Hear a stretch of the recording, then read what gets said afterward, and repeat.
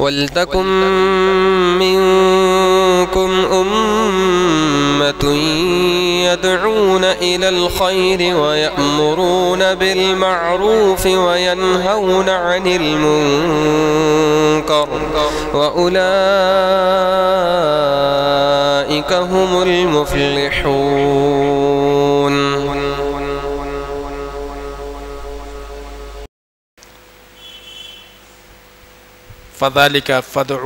فَلِذَلِكَ فَادْعُ وَاسْتَقِمْ كَمَا أُمِرْتَ وَلَا تَتَّبِعْ أَهْوَاءَهُمْ وَقُلْ آمَنْتُ بِمَا أَنزَلَ اللَّهُ مِنْ كِتَابٍ رَبِّ اشْرَحْ لِي صَدْرِي وَيَسِّرْ لِي أَمْرِي وَاحْلُلْ عُقْدَةً مِّن لِّسَانِي يَفْقَهُوا قَوْلِي.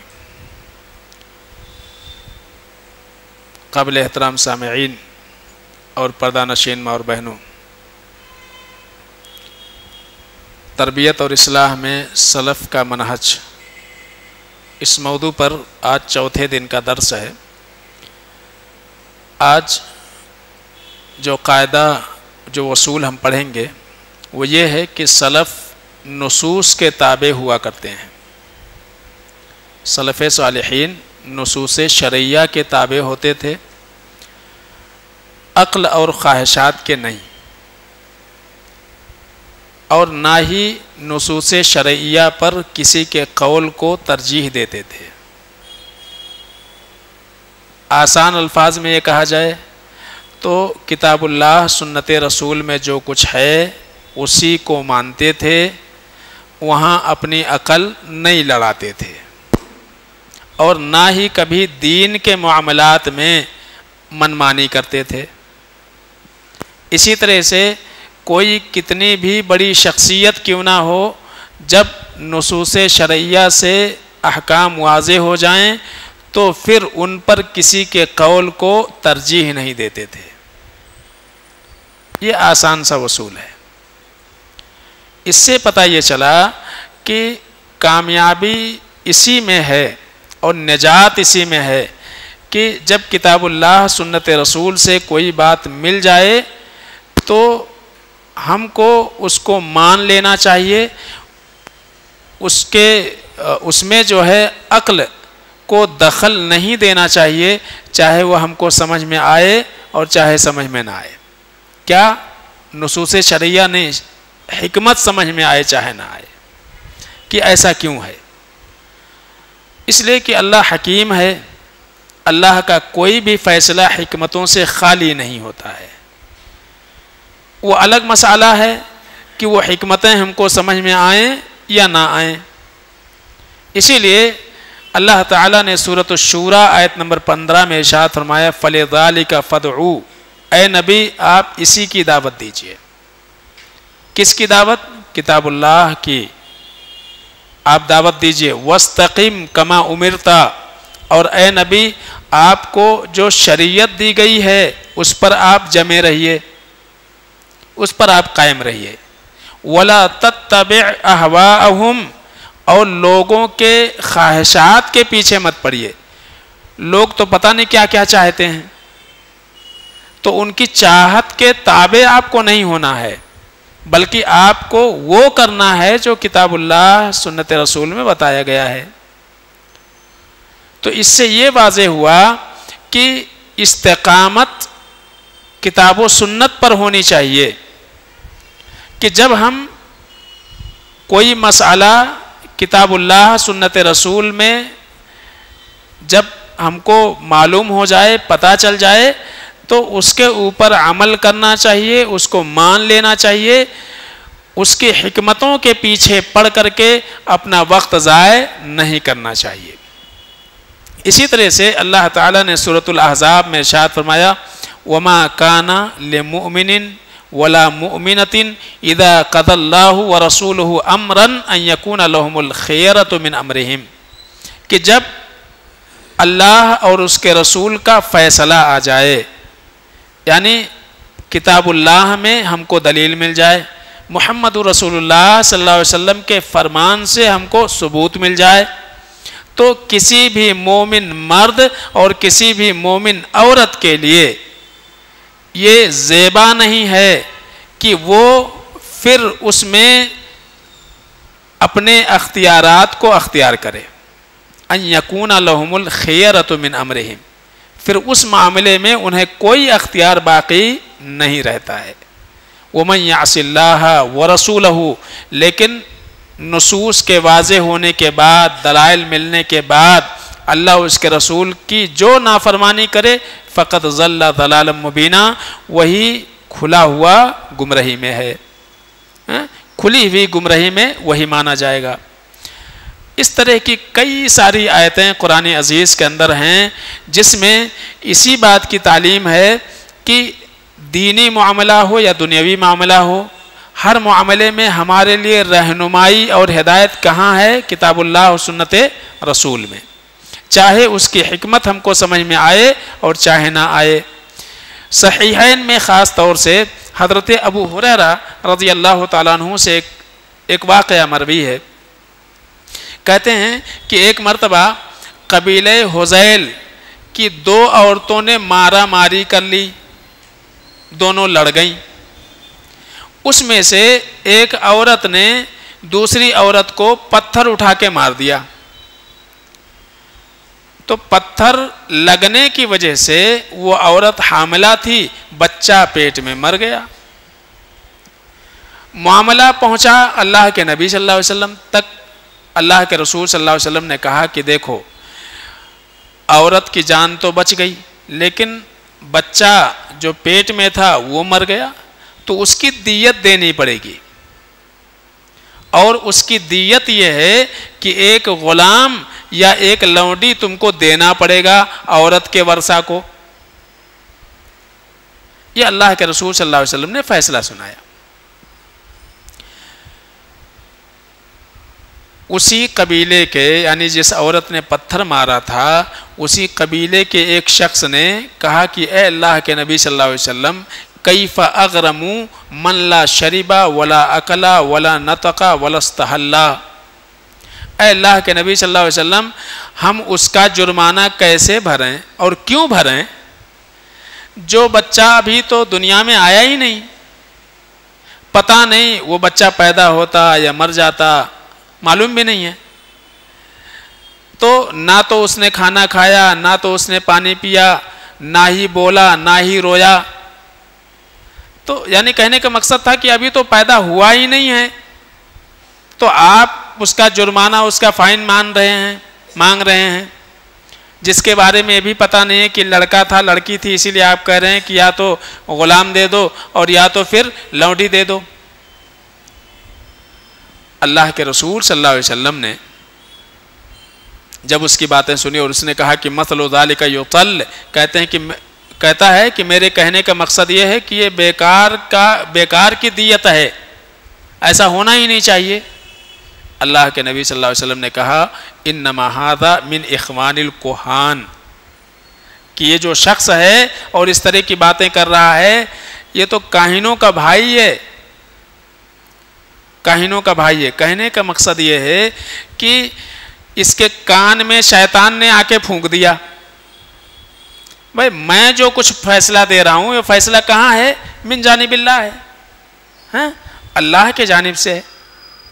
جھگڑا تمہارا ہم تک پہنچا اور ہم نے جو فیصلہ دیا ہے وہ من جانب اللہ ہے۔ ما ينطق عن الهوى ان هو الا وحی یوحی، اللہ رب العالمین نے جیسا سجھایا ویسا میں نے فیصلہ دیا ہے، تو میں تو وحی کی روشنی میں ایک فیصلہ دے رہا ہوں، اور تم جو ہے اس فیصلے کی تردید کر رہے ہو، کس روشنی میں؟ تمہارے پاس وہی آتی، تمہارے پاس تو وہی نہیں آتی۔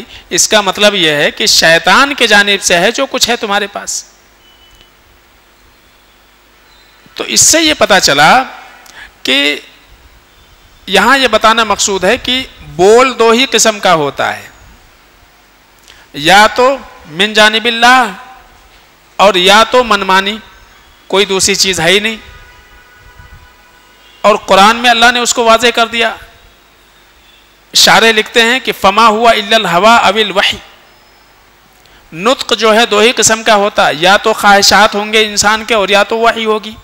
اللہ کے نبی صلی اللہ علیہ وسلم وحی بتا رہے ہیں اور دوسری اپنی مرضی بتا رہا ہے، تو وحی کے تابع ہم ہیں، کسی کے مرضی کے تابع نہیں ہیں، اس لیے کہ اللہ نے فرمایا وما ينطق عن الهوى ان هو الا وحی یوحى، کہ اللہ کے نبی ہوا سے، من سے کوئی بات نہیں کہتے تھے، اپنی طرف سے کوئی بات نہیں پیش کرتے تھے، جو کچھ کہتے تھے من جانب اللہ کہتے تھے۔ تو فیصلہ اللہ کا ہے، انکار کی گنجائش کس کو ہو سکتی ہے؟ رد وہی کرے گا جس کو نہ تو اللہ پر ایمان ہے نہ رسول اللہ پر ایمان ہے۔ تو اسی لیے سلف کا طریقہ یہ تھا کہ جب نص آ جائے، دلیل آ جائے، تو وہاں اپنی عقل نہیں چلاتے تھے۔ اسی لیے عقل چلانے والے کو اللہ کے نبی نے فرمایا کہ یہ کاہنوں کا بھائی ہے، اس کا تعلق ہم سے نہیں ہے۔ اور حضرت علی رضی اللہ تعالیٰ عنہ کا بڑا مشہور قول ہے، وہ کہا کرتے تھے لو کان الدین بالرأی لکان اسفل الخف اولا بالمسح من علاہ، کہتے تھے کہ اگر دین کی بنیاد عقل کے اوپر ہوتی تو موزے پر مسح اوپر سے نہیں کیا جاتا تھا، نیچے سے کیا جاتا تھا، سمجھ رہے نا؟ ابھی یعنی موزے کے ساتھ ہم جوتا پہنتے ہیں، لیکن پہلے تو ایسا تھا نہیں، پہلے خف چمڑے کا پہنتے تھے، اس کے اوپر سے جوتا نہیں ڈالتے تھے، ٹھیک ہے، لیکن پھر بھی مسح کہاں کیا جاتا تھا؟ اوپر سے کیا جاتا تھا۔ یعنی مسح کا طریقہ کیا ہے کہ بھائی آپ تر ہاتھ کو اوپر سے پھرا دیں، اب دھول کہاں لگا ہے؟ نیچے لگا ہے نا، تلوے میں لگا ہے۔ تو اگر عقلی طور سے سوچا جائے تو صاف کس کو کرنا چاہیے تھا؟ نیچے کو، نیچے سے صاف کر دو، دھول مٹی ختم ہو جائے، پانی لگا کے تھوڑا سا پوچھ دو۔ تو حضرت علی رضی اللہ تعالیٰ عنہ کہتے تھے کہ دین کی بنیاد اگر عقل کے اوپر ہوتی، رائے کے اوپر ہوتی، تو انسانی عقل یہ کہتی ہے کہ مسح موزے کے نیچے کیا جائے، اوپر سے نہیں۔ لیکن موزے میں مسح کہاں سے کیا جاتا ہے؟ اوپر، خف کے اوپر کیا جاتا ہے۔ تو اس سے پتہ چلتا ہے کہ یہاں عقل کو کوئی راستہ نہیں ہے، بس جتنا بتا دیا گیا، جیسا بتا دیا گیا اس کے اوپر عمل کرنا ہے۔ تو اس زمانے میں ممکن سمجھ میں نہ آ رہا ہو، ایک بات کہہ رہے ہیں کہ جیسے اس زمانے میں چمڑے کا موزہ پہنتے تھے، اوپر سے جوتا نہیں پہنتے تھے، تو اس زمانے میں بات سمجھ میں نہیں آتی تھی کہ یار دھول تو نیچے لگا ہوا ہے، اوپر سے لیکن آج کے زمانے میں موزے کے اوپر ہم جوتا پہنتے تو نیچے موزے میں دھول لگنے کا کوئی چانس ہی نہیں ہے۔ کہاں لگے گا؟ اگر دھول اڑے گا تو کہاں پڑے گا؟ وہی جتنا حصہ کھلا ہے آپ کا۔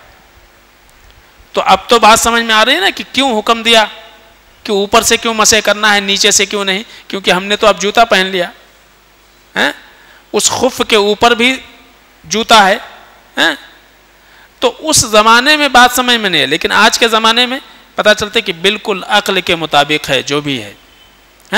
اور اگر الٹا ہوتا اس کے تو نیچے سے مسح، تو ہم بھی حیران رہتے کہ بھائی کھلا حصہ تو اتنا تھا، دھول یہاں پڑے ہوا ہے، یہ صاف ہونا چاہیے تھا، تو یہاں نیچے حکم دے دی کہ اب نیچے جوتا تو پہنے میں ہے، جوتا پھر موزے میں ہے، موزے میں تو کچھ لگا ہی نہیں ہے، ٹھیک ہے؟ تو عقل کی بنیاد پر نہیں ہے۔ اور یہی وجہ ہے کہ آپ دیکھیے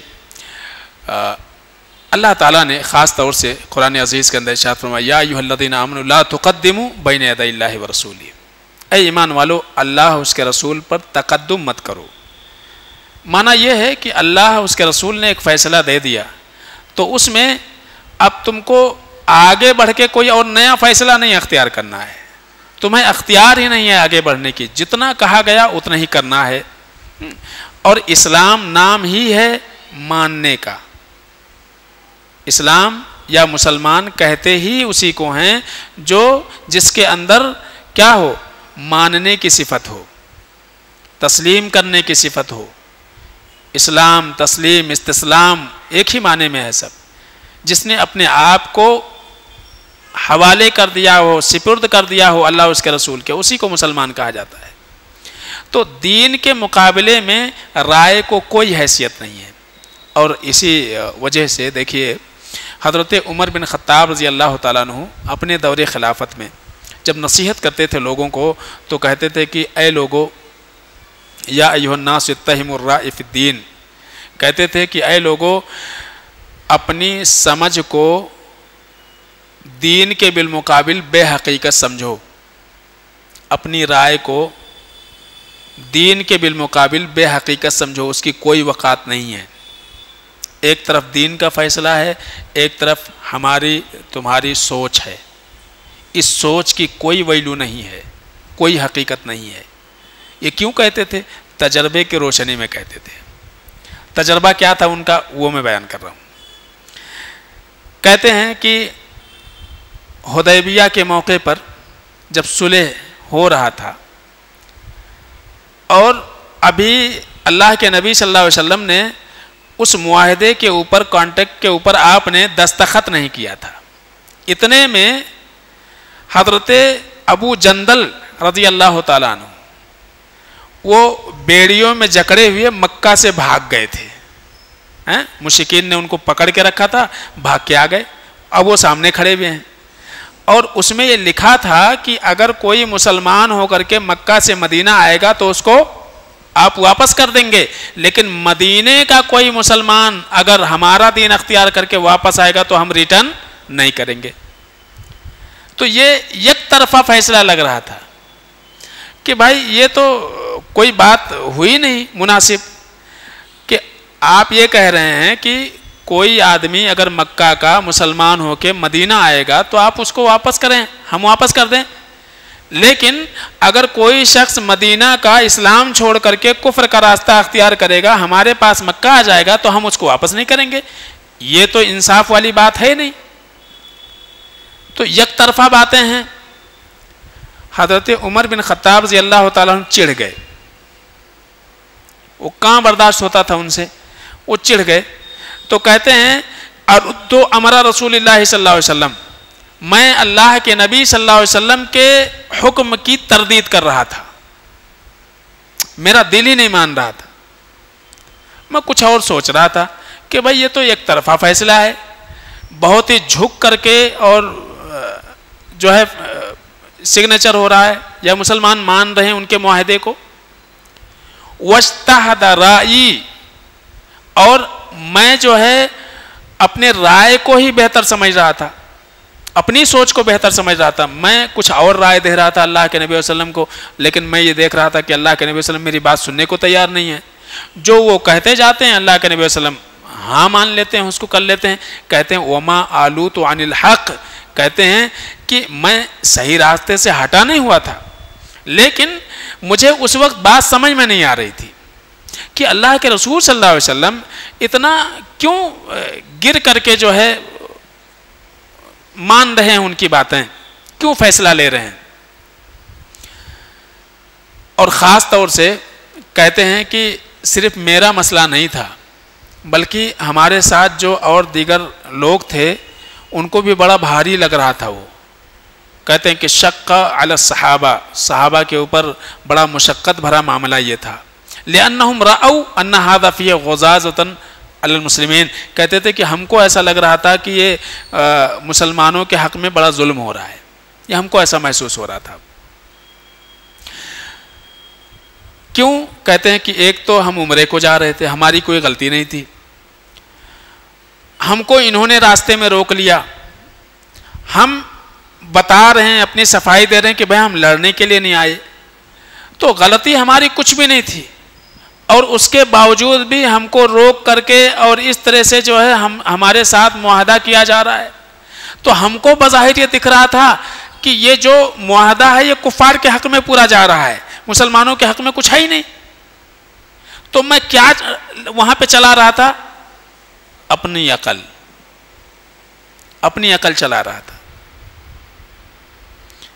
لیکن کہتے ہیں کہ جیسا میں سوچ رہا تھا معاملہ تو اس کے برعکس نکلا۔ فصلح الحدیبیہ صار عزا للاسلام والمسلمین وذلا علی الکفار، کہتے ہیں کہ میں کیا سمجھ رہا تھا یہ تو مسلمانوں کے بالکل خلاف ہے، لیکن ہوا یہ کہ یہ حدیبیہ کا جو معاہدہ تھا یہ مسلمانوں کے حق میں فتح کا سبب، عزت کا سبب بن گیا اور کافروں کے لیے ذلت کا سبب بن گیا۔ تو وہاں ہم اپنی عقل لڑا رہے تھے، تو اسی بنیاد پر وہ ہمیشہ لوگوں سے یہ کہا کرتے تھے یا ایھا الناس اتہموا الرأی فی الدین، کہ دین کے بالمقابل اپنی رائے کو بے حقیقت سمجھا کرو۔ جب فیصلہ اللہ اس کے رسول کا آ گیا تمہارے رائے کی کوئی حقیقت نہیں ہے، کیونکہ ہم نے یہ دیکھ لیا کہ ہمارے رائے کی کوئی حقیقت نہیں ہے، یہ ہم نے تجربہ کر لیا اللہ کے نبی صلی اللہ علیہ وسلم کے ساتھ میں اپنے آپ کو عقل مند سمجھ رہا تھا اس دن بہت زیادہ، میں بڑھ چڑھ کر کے اللہ کے نبی صلی اللہ علیہ وسلم کو رائے دیتا، اللہ کے نبی رد کر دیتے، اس کو مانتے ہی نہیں، ہماری بات سننے کو تیار نہیں تھے۔ تو کہتے ہیں کہ یہ حدیبیہ کا جو صلح ہوا یہ کیا ہو گیا، یہ مکہ کے فتح کا سبب بن گیا۔ تو کہتے ہیں کہ بعد میں جب حالات تبدیل ہوئے اور اسلام بڑی کثرت کے ساتھ پھیلنے لگا، تب کہتے ہیں مجھے اس وقت شرمندگی محسوس ہوئی، اور اس دن جو کچھ میں نے اللہ کے نبی صلی اللہ علیہ وسلم کے سامنے جو آیا میں نے بولا، وہ پوری باتیں یاد کر کر کے مجھے شرمندگی ہوتی تھی کہ میں نے کیوں اللہ کے نبی صلی اللہ علیہ وسلم کے ساتھ میں اس طرح کی بات کہی اور کیوں میں نے اپنی رائے پیش کی۔ کہتے ہیں وہیں ساتھ میں ابو بکر تھے، شرمندگی اس لیے ہو رہی تھی کہ بھائی میں اپنے آپ کو، کیونکہ بعض مرتبہ کتنی وحی حضرت عمر بن خطاب رضی اللہ تعالیٰ عنہ کے رائے کے بالمقابل اتری ہوئی ہے۔ آپ نے کہا کہ بدر کے قیدیوں کو مار دیا جائے، چھوڑا نہ جائے، اور موافقت میں آیت آ گئی۔ آپ نے کہا کہ امہات المومنین کو ایسے ہی باہر نہیں نکلنا چاہیے، عام عورتوں کی طرح سے نہیں ہے، اللہ نے پردے کا حکم نازل کر دیا۔ تو کتنی باتیں حضرت عمر کی جو سوچ تھی اس کے اوپر اللہ نے آیت نازل کر دی، احکام نازل ہو گئے۔ کہتے ہیں لیکن اس دن حدیبیہ والا جو مسئلہ ہوا اس میں جو ہے مجھے بڑی شرمندگی ہوئی۔ کہتے ہیں اما ابو بکر فإنه مستسلم لما فعله رسول اللہ صلی اللہ علیہ وسلم، حضرت ابو بکر کا معاملہ تھا کہ وہ برابر اللہ کے نبی جو کچھ کہتے جا رہے ہیں اس کو مانتے جا رہے ہیں، انہوں نے کوئی آبجیکشن لیا ہی نہیں، اور کہتے ہیں کسی بات پر ان کا اعتراض نہیں رہا۔ کہتے ہیں کہ صحابہ غصہ ہو رہے تھے اور وہ بالکل نارمل کھڑے تھے، حضرت ابوبکر صدیق رضی اللہ عنہ بالکل نارمل تھے، انہیں کوئی غصہ نہیں آ رہا تھا۔ اور خاص طور سے جب کوئی اللہ کے نبی صلی اللہ علیہ وسلم کی بات کو جب اس دن ٹالتا تھا، رد کرتا تھا، تو حضرت ابوبکر صدیق رضی اللہ عنہ ان سے کہتے تھے ھذا رسول اللہ صلی اللہ علیہ وسلم۔ سمجھ رہے؟ میں نے بھی جب اپنی رائے پیش کی تو کہا کہ ھذا رسول اللہ صلی اللہ علیہ وسلم، اللہ کے رسول یہ ہیں۔ الزموا ما یقول، جو کچھ کہہ رہے ہیں اسی کو درست سمجھو، اسی کو لازم پکڑو۔ کہتے ہیں پوری باتیں سوچ سوچ کر کے مجھے آج تک شرمندگی ہو رہی ہے، لہذا میں یہ پیغام دے رہا ہوں کہ ایھا الناس اتہموا الرأی فی الدین، کہ اے لوگو دین کے بالمقابل اپنی رائے کو بے حقیقت سمجھو، اس کی کوئی ویلیو نہیں ہے۔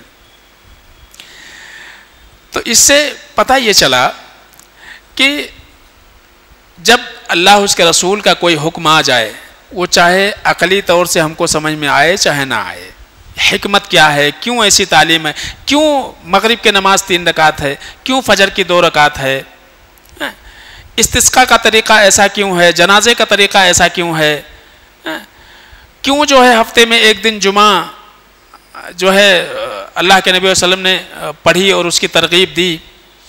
تو حکمتیں چہ جائے کہ ہم کو سمجھ میں نہ آئیں، لیکن شریعت کا حکم ہے، اللہ کے نبی صلی اللہ علیہ وسلم نے عمل کیا ہے تو ہم کو کرنا چاہیے، ہم کو ماننا چاہیے، اس میں ہم کو اختیار نہیں ہے کہ ہم اس میں دخل اندازی کریں۔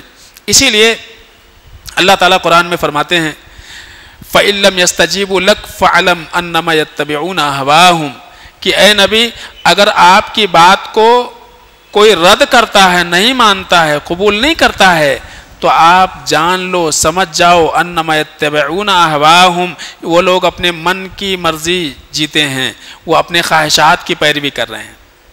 تو وہ دین کی پیروی کرنے والے نہیں ہیں، ان کا تعلق دین سے نہیں ہے، وہ تو اپنے مرضی کے مطابق زندگی جی رہے ہیں۔ ومن اضل ممن اتبع ہواہ، اور اس سے بڑا گمراہ کون ہو سکتا ہے جس نے اپنے آپ کو اپنے من کے حوالے کر دیا، اپنے نفس کے حوالے کر دیا، یعنی وہ شریعت کو نہیں مان رہا ہے، وہ من مرضی زندگی جی رہا ہے، رب مرضی زندگی جینے کو تیار نہیں ہے، تو وہ سب سے بڑا گمراہ ہے۔ یہ صاف طور سے کہہ دیا گیا۔ تو کہنے کا مقصد ہے کہ اگر نصوص صحیح ہیں تو اس کو ماننا ہماری ذمہ داری ہے، اس لیے کہ رائے ہماری جو ہے وہ بدلتی رہتی ہے۔ ابھی 10 منٹ پہلے کوئی رائے ہمارے ذہن میں ابھری، وہ اپنے کو اچھی لگی، 10 منٹ کے بعد اس پر ہم نے ذرا غور کیا تو پتہ چلا کہ نہیں یہ رائے درست نہیں تھی۔ اور ایسے سارے دنیا کے لوگوں کا مسئلہ ہے۔ بڑے بڑے محققین اپنی ایک تحقیق پیش کرتے ہیں، اپنی ایک رائے پیش کرتے ہیں، اور اس کے بعد سال 2 سال کے بعد ایک الگ رائے آ جاتی ہے، ایک الگ تحقیق ہو جاتی ہے۔ کبھی کہتے ہیں دنیا گول ہے، کبھی کہتے ہیں چپٹی ہے۔ یہ سارے عقل مندوں کا معاملہ ہے۔ تو جتنے بھی بڑے بڑے عقل مند ہیں ان کی رائے ایک جیسی نہیں رہتی ہے، وہ بدلتی رہتی ہے۔ چاہے جائے کہ ایک دور میں سارے عقل مند دنیا کے مل کر کے ایک فیصلہ دے دیں، لیکن چند سالوں کے بعد پھر جو ہے وہ اپنے فیصلے تبدیل کر لیتے ہیں، بدل لیتے ہیں۔ اس سے یہ پتہ چلا کہ انسان کی جو عقل ہے وہ معصوم نہیں ہے، خطا ہونا ممکن ہے، لیکن شرعی جو احکام ہیں وہ کیا ہیں؟ معصوم ہیں۔ وہ معصوم ہے۔ معصوم کس سے؟ غلطی سے، خطا سے، نسیان سے۔ لا یضل ربی ولا ینسا، اللہ بھولتا نہیں، اللہ رب العالمین نہیں بھولتا ہے، نسیان کا شکار اللہ نہیں ہوتا ہے، بلا سوچے سمجھے اللہ کوئی بات نہیں کرتا ہے، تو نسیان کا شکار رب نہیں ہوتا ہے۔ تو نصوص جو ہیں وہ غلطیوں سے پاک ہیں، لیکن انسانی عقل یہ غلطی کرتی ہے، خطا کرتی ہے، تحقیقات بدلتے رہتے ہیں، تجربات بدلتے رہتے ہیں۔ لہذا نجات اسی میں ہے کہ جب کوئی بھی شرعی مسئلہ واضح ہو جائے کہ ایسا ہم کو کرنا ہے، ایسا کتاب اللہ میں ہے، ایسا رسول اللہ صلی اللہ علیہ وسلم نے فرمایا ہے، تو اس کی حکمت چاہے ہم کو سمجھ میں آئے اور چاہے نہ آئے، مان لینا یہی سلف کا طریقہ ہے۔ وہاں عقل لڑا کر کے اور کتاب اللہ سنت رسول کو رد کر دینا، یہ کیا ہے؟ یہ خواہشات کی پیروی ہے۔ اور ابھی واضح ہوا کہ خواہشات کی پیروی کرنا یہ سب سے بڑی گمراہی ہے۔ اللہ سے دعا ہے کہ العالمین ہم سب کو سمجھنے عمل کرنے کی توفیق عطا فرمائے، آمین یا رب العالمین۔